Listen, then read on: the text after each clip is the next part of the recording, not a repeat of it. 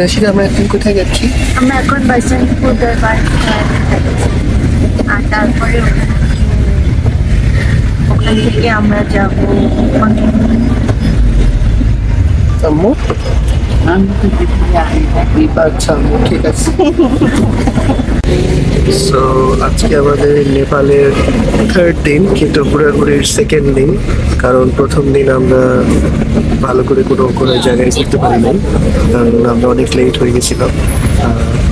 তো আমরা এখন বসন্তপুর দরবার স্কোয়ারে যাচ্ছি, তাই হয়েছি। বসন্তপুর দরবার স্কোয়ার, ওটা আমাদের হোটেলের থেকে 10 থেকে 12 মিনিট ডিস্টেন্সে।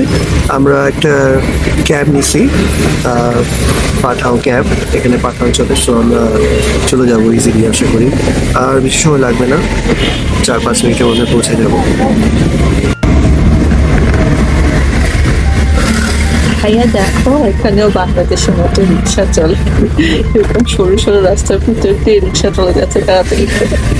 এইরকম সময় মনে করো তোমার গিম্বলটা কাটবে, বুঝছো, যখন সাকিতে আসি ওই সময়টাতে।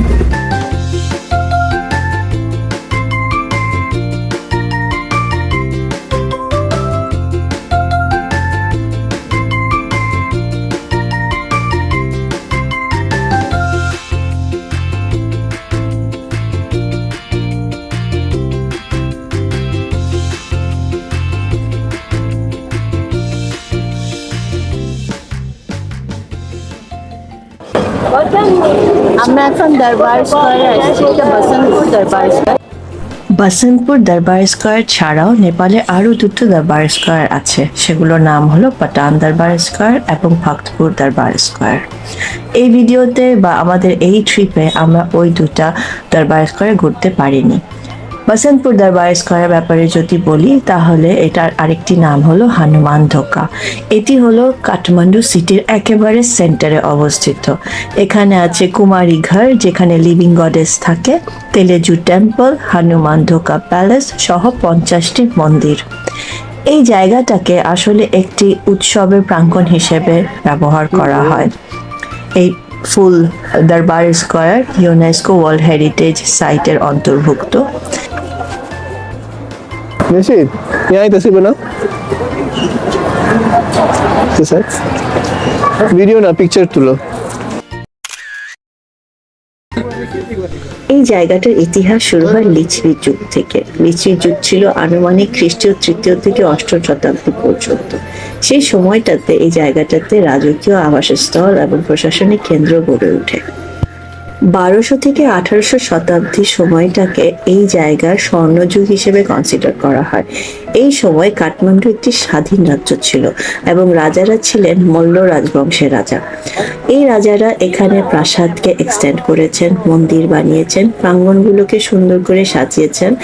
তাদের যুগেই এখানে নেওয়ারি আর্কিটেকচারের সূক্ষ্ম কাঠের খোদাই করা অসাধারণ কারুকার্য ইন্ট্রোডিউস করা হয়। নেপালি মানুষদের জন্য এটি একটি উপাসনার স্থল। এখানে মন্দিরগুলোতে এখনো পূজা হয়, উপাসনা হয়। এই জন্য আমরা যারা টুরিস্ট আছি, ভিডিও করছি, আমাদের খুবই সাবধান থাকতে হচ্ছিল যেন আমরা তাদেরকে বিরক্ত না করি।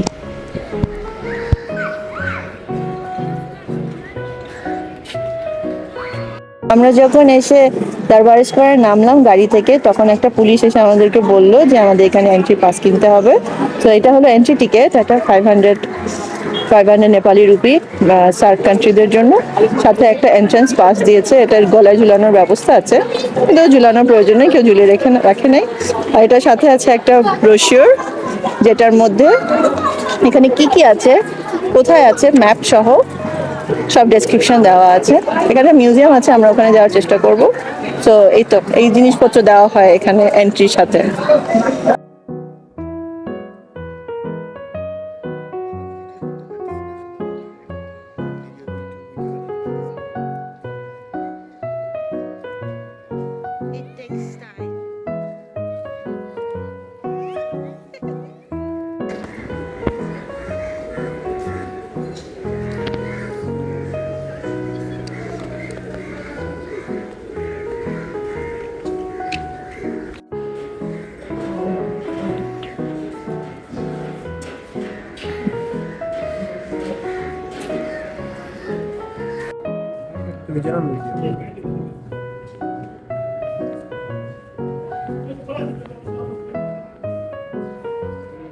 সো আমরা এখন আসছি দরবার স্কোয়ারে। সো ঢোকার পরে দেখি যে এখানে একটা বিল্ডিং আছে, এটা হলো হনুমান ধোকা দরবার মিউজিয়াম।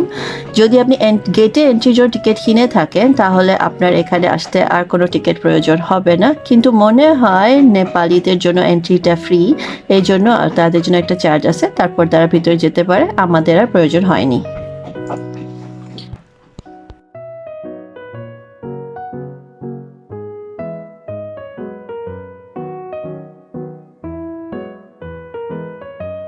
এই সিঁড়িটা কি সুন্দর!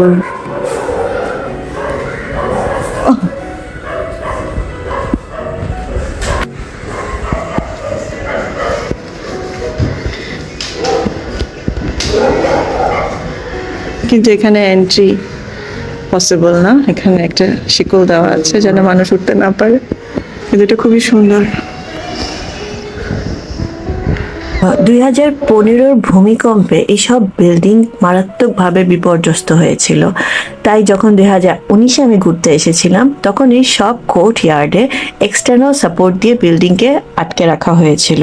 আপাতত সব মেরামত হয়তো শেষ, এজন্য কোনো এক্সটার্নাল সাপোর্ট দেখা যাচ্ছে না। আমরা এখন দাঁড়িয়ে আছি নাসল চক, নাসল চক আর ঢাকা চকের মাঝখানে। যদি একটু ঘুরে দেখানো হয় তাহলে এখানে যে রেড বিল্ডিংটা, এটা নাসল চক। এটা খুবই সুন্দর, খুবই গ্র্যান্ড একটা মেবি প্যালেস ছিল, এখানে রাজারা থাকতেন আগে।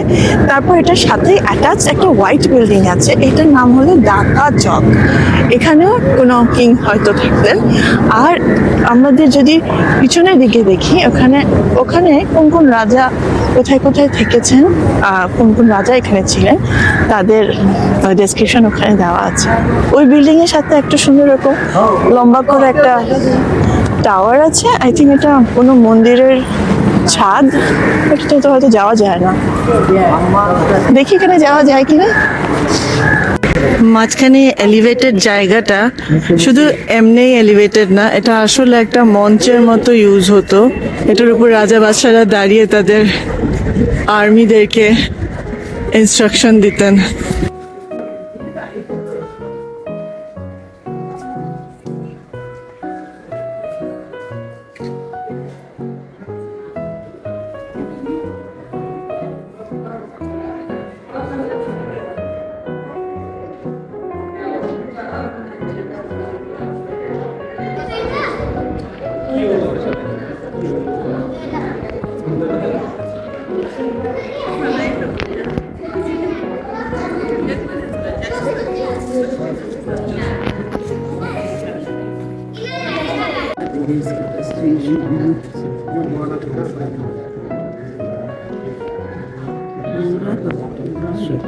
King Prithvi Ranch as a residential quarter of Shah rulers during the time of the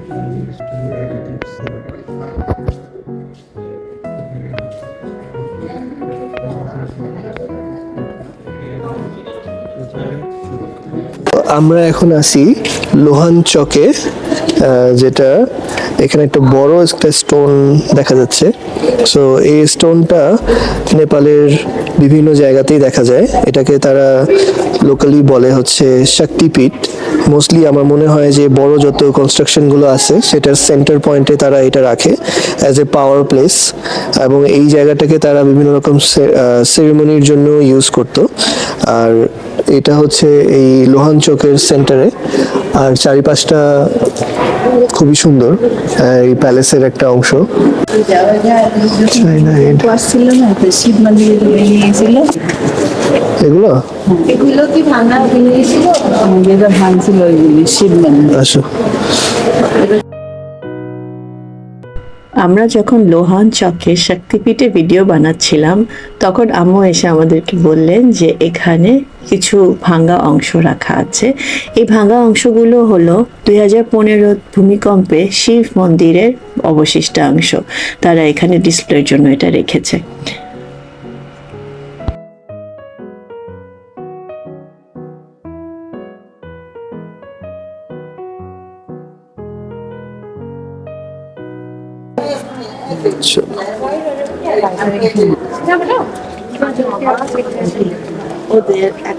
আসলে পুরো দরবার স্কোয়ারটি অসম্ভব সুন্দর কাঠের কাজ করা আর্টিফ্যাক্টস দিয়ে সাজানো।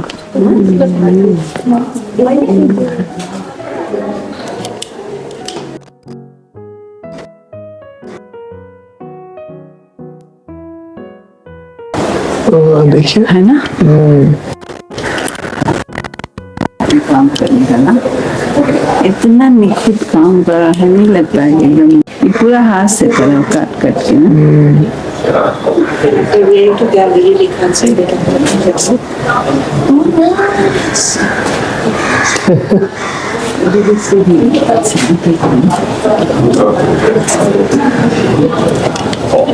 সো লোহান চক থেকে আমরা যখন এই পাশ থেকে যখন আমরা ভিতরে থেকে চলে আসছি, এখানে বের হয়ে একটা ছোট বাগান আছে এখানে, তার সামনেই এখানে হচ্ছে একটা ওয়াটার রিজার্ভ করার একটা জায়গা আছে, যেটার নাম হচ্ছে নাগ পোখারি, কিন্তু এখানে ওটা ঢোকার জায়গাটাতে নো এন্ট্রি লেখা, সো আমরা ভিতরে যেতে পারবো না, কিন্তু আমরা বাইরে থেকে দেখতে পারবো যে এখানে ওরা বৃষ্টির পানি আই এম শিওর এখানে স্টোর হইতো, মানুষজন এখান থেকে পানি ইউজ করতো। আম্মু টায়ার্ড হয়ে এসে বসে গিয়েছিল, ভাইয়া তাকে উঠিয়ে দিল। Please don't sit here. अच्छा वही गाड़ी से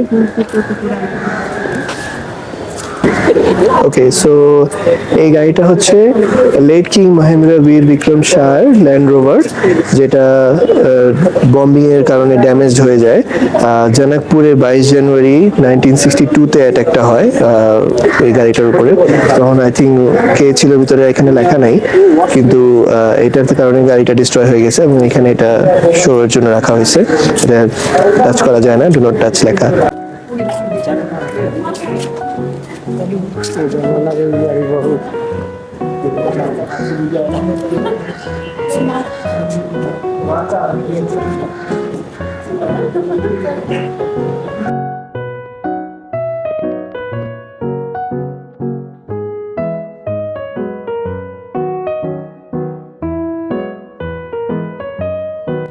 আম্মুকে আর বসতে দেওয়া হয়নি, তাই সে এখানে দাঁড়িয়ে আছে।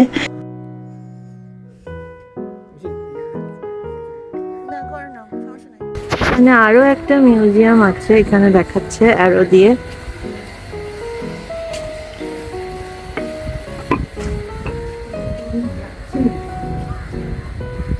No stop.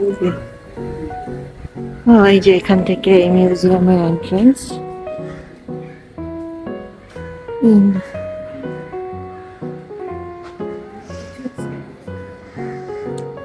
চলে যাও।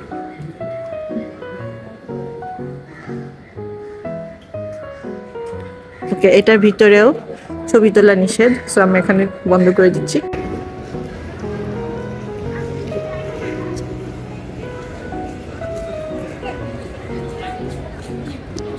কি কারুকার্য বাবা!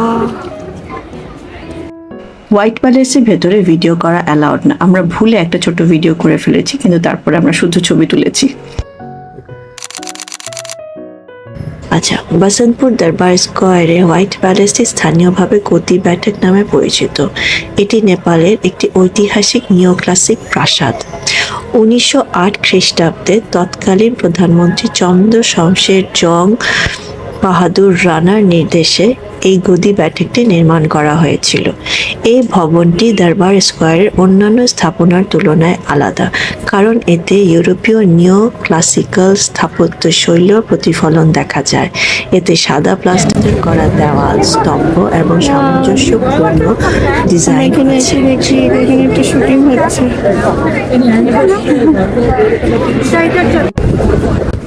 দরবার স্কোয়ারের পাশে কত দোকান, সব দোকানে সব সুভিনিয়ার পাওয়া যায়। একটা মেডিটেশন বোল, জুয়েলারি, জি মা, আংটি। নমস্তে। আমি আমার লং লস্ট সিস্টারকে খুঁজে পেয়েছি, and she was so nice, যে আমার সাথে ছবি তুলেছে। তো আমরা এখন এই 9 স্টোরি প্যালেসে উঠবো, কারণ হচ্ছে আমরা যখন প্রথমবার আসছি তো আমরা এটাতে উঠতে পারি নাই, তখন আমরা এটা সেটা করতে করতে আমরা ডিস্ট্রাক্টেড হয়ে গেছি। অ্যান্ড দেন আমরা এখান দিয়ে ভিতরে চলে গেছি, যেখানে সবাই যাচ্ছে এখান দিয়ে। সো এখন আমরা বাইরে বের হয়ে আবার ওদের পারমিশন নিয়ে ভিতরে আসছি। সেম ডে টিকেটে আরেকবার ভিতরে ঢুকতে কোনো অসুবিধা নাই, আই থিঙ্ক মাল্টিপল টাইম ঢুকলেও কোনো অসুবিধা নেই। সো আমরা এখন এই 9 স্টোরিটাতে উঠবো সিঁড়ি দিয়ে। আমি আমার বোন উঠবো, আমার আম্মুকে কোথায় দিল, ওই যে বসে আছে, ওনাকে বসায় দিছি কারণ উনি সিঁড়িতে উঠতে পারবে না। আর আমরা এখন যাচ্ছি উপরের দিকে। ওই আমার বোন রেডি আমার জন্য, সে ভিডিও বানাচ্ছে। আমরা যাই এখন উপরের দিকে। আমরা এখন সিঁড়ি দিয়ে উপরের দিকে উঠতেছি 9 স্টোরি ইয়েতে, প্যালেসে। ভিতরে অনেক অন্ধকার, একটু বেশি আলো নেই এবং সিঁড়িটা খুবই সরু এবং সাবধানে উঠতে হবে। এখানে একটা ছবি আছে, কিং পৃথিবী নারায়ণ শাহের।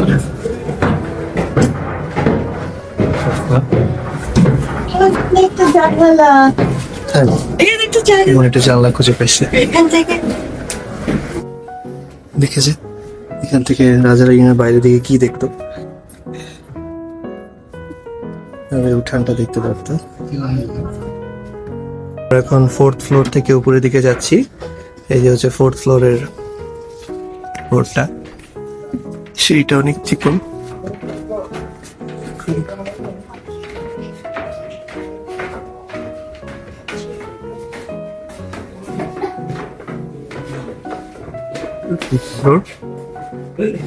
এখানে একটা জানলা আছে,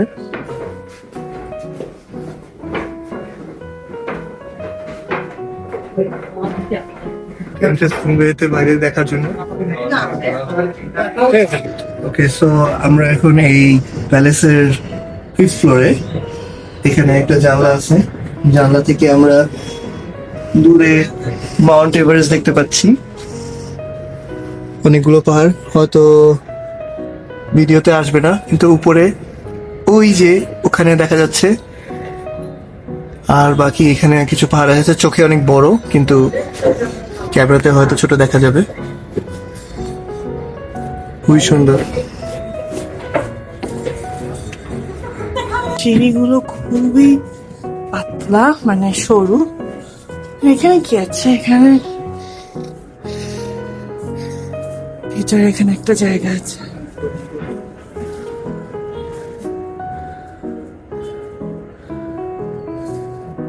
এই যে সব জায়গা থেকে আসলে বাইরের দিকে দেখা যায়। ওই যেখানে আমার আম্মু দাঁড়িয়ে আছে, এটা একটা রুমের মতো, খুব একটা স্পেশাস না। এখানে একটা জানালা, কেয়ারফুল আছে। আমার আম্মু এই যে, ওকে, আমি এখান থেকে আমার মনে হয়েছিল যে আমি এখান থেকে বাইরে যেতে পারবো, কারণ বাইরে আমি একটা জায়গা দেখতে পাচ্ছিলাম, কিন্তু এখান দিয়ে দরজাটা আটকানো ছিল। তো আমি ঘুরে এখান থেকে সিঁড়ির নিচে থেকে তারপরে আমরা ওই খালি জায়গাটাতে যাব। এই সিঁড়িটা ছিল 7th ফ্লোরে যাওয়ার সিঁড়ি। আর এই জায়গাটা আসলে দুইটা প্যালেসের মধ্যে কানেক্টিং পয়েন্ট। আমি যখন সামনে এগিয়ে গিয়ে দেখলাম যে নিচে কি আছে, তখন আমি নিচে দেখতে পেলাম যে আসলে উপর থেকে নিচে লোহান চক দেখা যাচ্ছে।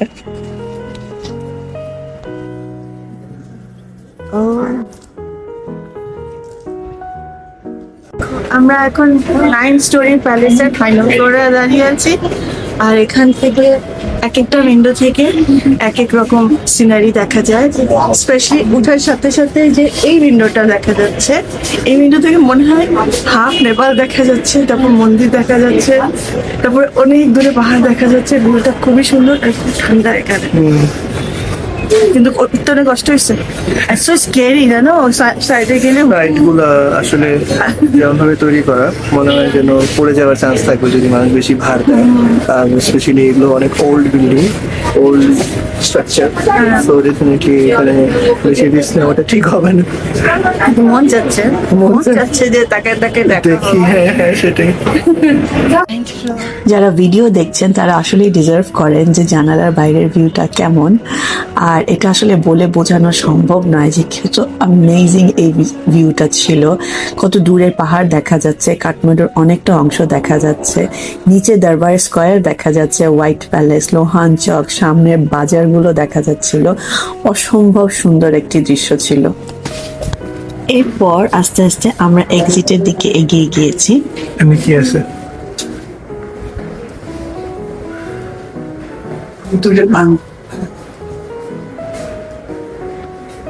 এখানে একটা এক্সিট আছে। ও, এখানে কিছু জিনিসপত্র রাখা স্টোরের মতন। সো এখানে অ্যারো সাইন দিচ্ছি, নিচের দিকে যাওয়া যাবে। আমরা নিচের দিকে চলে যাই। খুব খারাপ। সেইগুলো আসলে হ্যাঁ খুব খারাপ।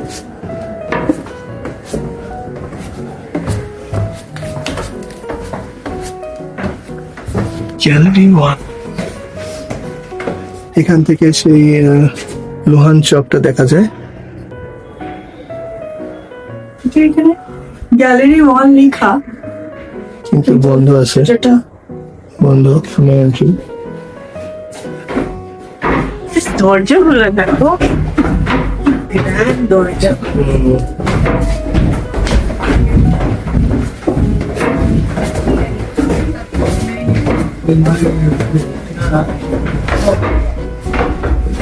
আচ্ছা, old lock system, old lock system. Video করার সময় চেক করতে হবে। এখান দিয়ে ওরা লক করে তো এরকম করে।